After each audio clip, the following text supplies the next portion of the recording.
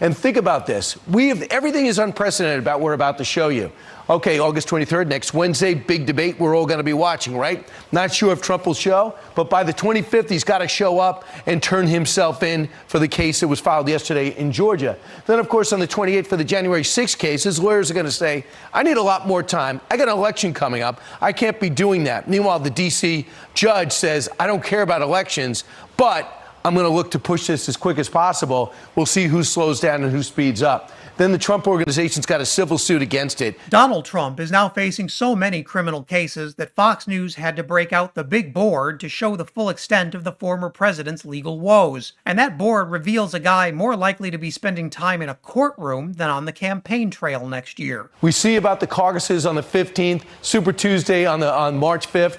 In between here, he's got all these cases going on. He's got at least 4 weeks of case where he's just got to sit in the courtroom and he can't campaign. Is that fair? That, to me, seems like election interference. Others would say, well, it's all about Donald Trump's behavior. This is what happens. Wait. What? Is Brian Kilmeade really asking if it's fair to make Donald Trump attend his own trials? Because there was an easy way for Trump to avoid all of these legal headaches. He could have tried not committing so many crimes in so many states. You know, the same as all of us do every day. Fox News may finally be covering Donald Trump's legal challenges, but that doesn't mean they have to like it. Take Congresswoman Claudia Tenney, who stopped by Fox Business to tell viewers that all of these trials are just distractions from the real villain, Joe Biden. All this is being done to make it look like Joe Biden isn't really that bad because they're bringing these phony charges against President Trump to make it look like he's an equivalent, and it's not. This is crime happening in plain sight,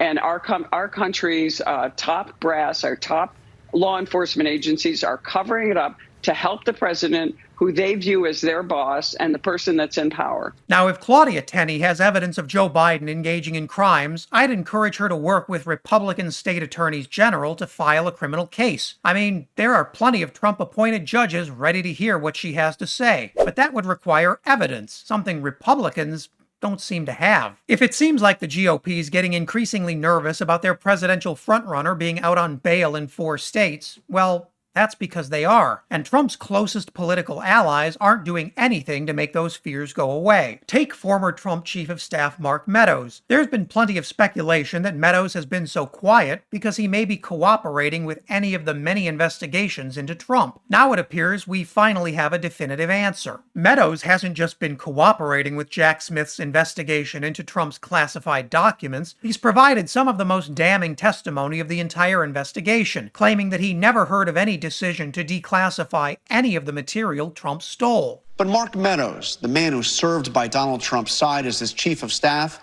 has told investigators he was aware of no such broad declassification order, according to sources familiar with the matter. The sources tell ABC News Meadows told investigators that he had no idea Trump had brought classified documents and other official records with him to Mar-a-Lago, and that when the documents were first requested by the National Archives, he offered to help Trump go through the boxes he had taken from the White House. Oh man, we've got a real season 5 of The Wire situation going on here, because Trump's boys are rushing to give him up to federal investigators in exchange for avoiding their own weighty indictments. And Meadows would know about any declassifications. As chief of staff, he'd be privy to all of the sensitive records about declassification decisions, and he was clearly aware Trump was committing a crime, because Meadows couldn't wait to tell Smith that he tried to do the right thing. Now more Republicans are starting to break ranks, with Louisiana Senator Bill Cassidy leading the way. Cassidy told CNN he expects Trump will be convicted for mishandling documents, and called on the former president to drop out of the race. I think the charge that seems most likely, seems almost a slam dunk, is the one related to mishandling of classified documents. But I don't think Americans will vote for someone who's been convicted. I'm just very sorry about how all this is playing out. Do you think that Donald Trump should drop out of the race?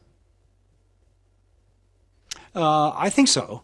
But obviously, that's up to him. I mean, you're just asking my opinion, but he will lose to Joe Biden if you look at the current polls. The walls of Fortress Trump are starting to crumble around the edges. And just like with all strongmen, Trump's fall will come fast and furious when it finally arrives. Republicans all see where this is heading, even if only a few of them will say that out loud. This period is Trump at his most unstable and most dangerous. He knows that prominent Republicans are already preparing for a post-Trump era, and that's not going over well at Mar-a-Lago. The coming GOP civil war is going to be a mess, not just for the Republican Party, but for our country. And if you thought that was wild, check out this video, where Fox News anchor Kayleigh McEnany gets fact-checked by her own network. 517,000 jobs were added. And as always, leave a comment below so you can let me know what I should cover next.